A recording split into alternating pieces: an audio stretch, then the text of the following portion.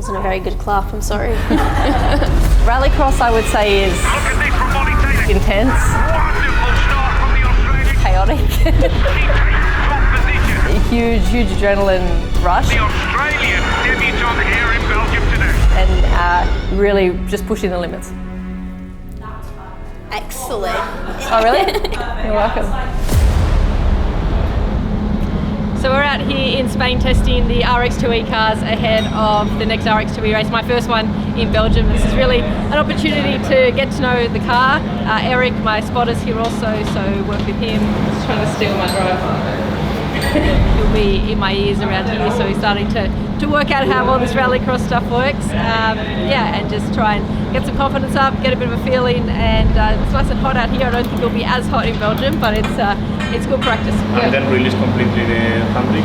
Yeah. Take that with Tell us a little bit about what RX2E is and why it was something that made sense for you to do in your career now. So RX2E is an all-electric, one-make Rallycross series. So it's effectively like the development category for the main RX1 electric series. You can take the pillow from the back if you like to squint on. Yeah, I put one back or already. something I've seen it, yeah. Yeah, I start like this and then... We'll go from there. Yeah, I think so. Thank you. All the cars are completely the same chassis. They have all electric motor as well. So the great thing about them is it's a control platform, so it's the perfect place for developing junior drivers to come in and experience and test their mettle against all equal machinery. You know that you're in the same car as the person next to you. So it's an incredible platform to learn Rallycross. That's good. Use the grip. Find the grip and use it. You know, you still at the heart want to go racing and want to be in that environment where you're on the edge of grip and racing other cars, but to be able to do that in a way that is sustainable and also developing the technologies we're going to use for the future in the automotive context more broadly, it's a great combination. So I think as well as Extreme E, with RX2E we're able to do that. And finish. And they both complement each other in terms of the Rallycross style and the side-by-side racing. Sunday morning here on our way to the track. Belgium is putting on its best weather for us. Looks like we're in for a pretty rainy day, but I mean, in any case, we're here to learn, and it's so cool to have this opportunity, and the field is so competitive as well, and particularly with the RX1 guys also joining us. You know, I know where the benchmark against the best of the world is, which is a pretty cool opportunity. So it's not every day you get to do that. What kind of challenges have you faced throughout your career? I mean, is being from Australia one of the challenges you face? Because obviously motorsport is very much, European based. Yeah, being from Australia certainly has its challenges in terms of pursuing an international career in motorsport, because Europe really is the mecca of motorsport, in particular rallycross, all those things. So I think motorsport in general is a really tough sport, no matter who you are or where you come from. Good morning. How are you? Fine. Are you? Yeah, good. It's a really unique sport in the sense that it's not like soccer or football, as I should say here, that you can just go out every afternoon and just kick a ball around and practice. In motorsport, you need to have the access, the opportunity, the car, the track, the team, the facilities. So it's incredibly hard to get that seat time. Yeah, good morning. Good morning. Good morning. New day, new possibilities. I'm feeling pretty good actually. It's the same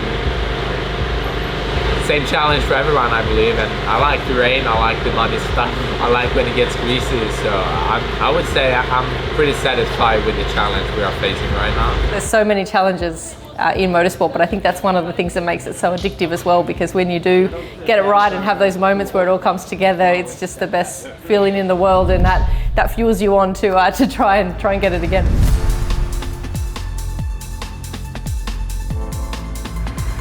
Obviously, you are now partnered with Eon and they're helping you get a little bit more testing time.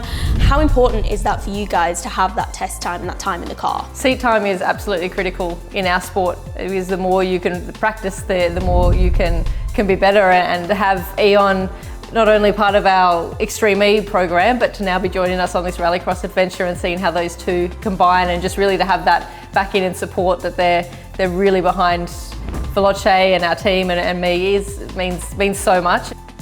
It's an incredible opportunity for me to have the support of Eon and really giving me this opportunity to be able to try something new in Rallycross and also develop as a driver for our Extreme E program and be part of this drive to include more diversity and inclusivity and opportunities that for me, for my driving, it's an incredible personal opportunity, but also for our team and more broadly as well. So very, very grateful for that. Feeling ready to go? Ready to go.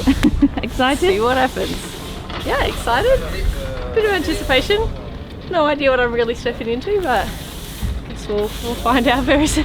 First goal is to go like he's third and you're fourth. You will try to go for it. Go around the outside? Yeah, like at least go deep. But the thing is, if you make it good so you don't see him anymore, then it's up to me to say go. Yeah. I think when I started rallying, I wanted to pursue a career in that, of course, but now over the years, the new opportunities and the new series and the new technology, like Extreme E, like electric Rallycross, they just didn't exist when I started mapping out my career. So it's been an incredible opportunity to have these new concepts and all this new technology now available, which has opened up so many doors that I hadn't even thought of before. It's kind of exciting when you have no idea what's about to happen. You just do like this. 4 cars, there's 4 just throw it up. Yeah. So let's line them up for you. This is the first of the 3 races in Heat 4. Marco Muru is in pole. Isaac Jokvist needs a win here, to be fair. Toren is in P3. And then Molly Taylor, the former Australian rally champion, is in P4. You want to be competing at the top level of international motorsport, but also all these things are changing as well, and you're kind of along for this wild ride. Wets or dry tyres will be the talk of the town. Here we go. Good launch from Jokvist. That's good. Go, go, go. In. You're clear. But look at this from Molly Taylor. Can she squeeze that inside line? Wonderful start from the Australian. She holds it and she takes top position.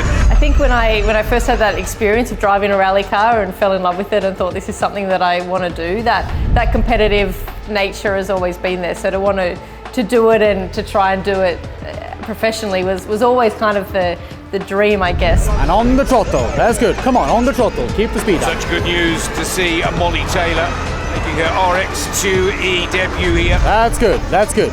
We got 4 car lanes. Come on, keep pushing. Eric Farron on the radio to Molly Taylor will be helping her with all the information he can. That's good. Nice and tidy through here now. But it's such a difficult sport and it's very hard to be able to guarantee you'll get to that level. So I think I was rallying for 11 years and putting every cent I earned into it, and to be able to actually land a drive as a profession in 2016. Molly Taylor holds on, but only just holds on from the Estonian Marco Muru, who's 1 second off the pace of the leading Australian. That's good. 1 more lap. Come on, keep pushing. Muru's going to get a look up the inside of Taylor on the exit of the hairpin. He gets the move, done the Estonian. Taylor drops a second, but Jokvist isn't close enough to be able to capitalise. Yeah, now on the bumper, and then we go Joker lap. It wasn't, I guess, necessarily the choice of I want to be professional. It was always, that's my dream, and is it possible to make happen? So when that did happen, it was very much a surreal pinch me moment. Yeah, and that's like 11 years of hard graft and you just pushing and pushing and pushing for you to finally get to where you wanted to be. From pole position to the checkered flag, Marco Muru wins the first race of Heat 4. Isaac Jokvist second, Toren third, Molly Taylor down in 4th position. I mean, there's still lots of things that I invest in just because I want to be out there and in a car. So I think that sort of passion for it will always be there. But to be able to do what you love is the ultimate goal in any sport or any type of occupation, I think. Yeah, you'll never work a day in your life if you do so. Exactly. Heading into the semis. It's been a wild day, making good progress, which was cool. So it was nice to lead some laps, but we made the call to go on slick tyres, and then it rained just before the start. We thought it'd be okay, and then it started raining during the race too. So it was a very sketchy 5 laps. Through that bit, I was like way less throttle, and there was no way that last right-hander, I was like on the throttle. Still feel like coming up here, I was like, I didn't feel like I had the grip to go like. I like it. It's like every possible scenario. Let's tick them all off in the first weekend. Why not? It's great. There are many iconic figures in the world of rallycross, but tell us, who was your inspiration when you were trying to get into this? I think when I first started, sounds a bit cliche, but it was my mum, one of them. It was her full-time job, which was very unusual back then, particularly for a female, and Neil Bates, who she co-drove for, he was my mentor growing up. It'll be different, I think, with the semi-final and the grid, you know, all stacked up, so we start really behind, but you never know. Then you get it on the back and all the way still on this straight. Okay, so activate it. When you break into turn one. Arm in the same place. Arm it on the start. Arm it on the the far straight. Yeah, the Yeah. first touch on the back straight, Yeah, same as you did. yeah. And then you activate it in the end of this straight. Just when you start to brake. But I think if I look on the international stage, Sebastian Loeb was in his era of dominating the World Rally Championship, and he was just absolute icon to me, as well as Michel Mouton.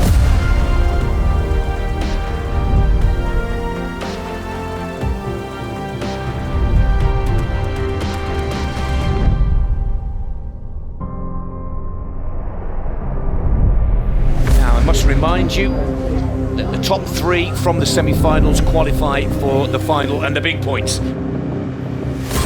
Go, go, go. Green light and it's going. Semi-final number 2. Timmy Hansen gets a brilliant launch and takes the early lead. It's next to you. Yeah, you're clear. Kevin Hansen gets turned sideways in the first corner. The grip just isn't there on the inside of turn 1. That's good. Keep it tight there now. How do you apply the skills that you've learned in other rally series, in other things that you've done, into this one? Yeah, RX2E for me, the rallycross thing is completely new territory, so an amazing opportunity for me to learn. I think in rally you learn a lot of car control and those sorts of things you're used to being in these unpredictable environments, so definitely there's things that transfer across. Molly Taylor gets sideways and Niels Anderson gets past her. Raining harder now as well. You can see the spray coming off the cars. Find the grip and use it. Come on the bumper. Get going. Another an interesting outcome.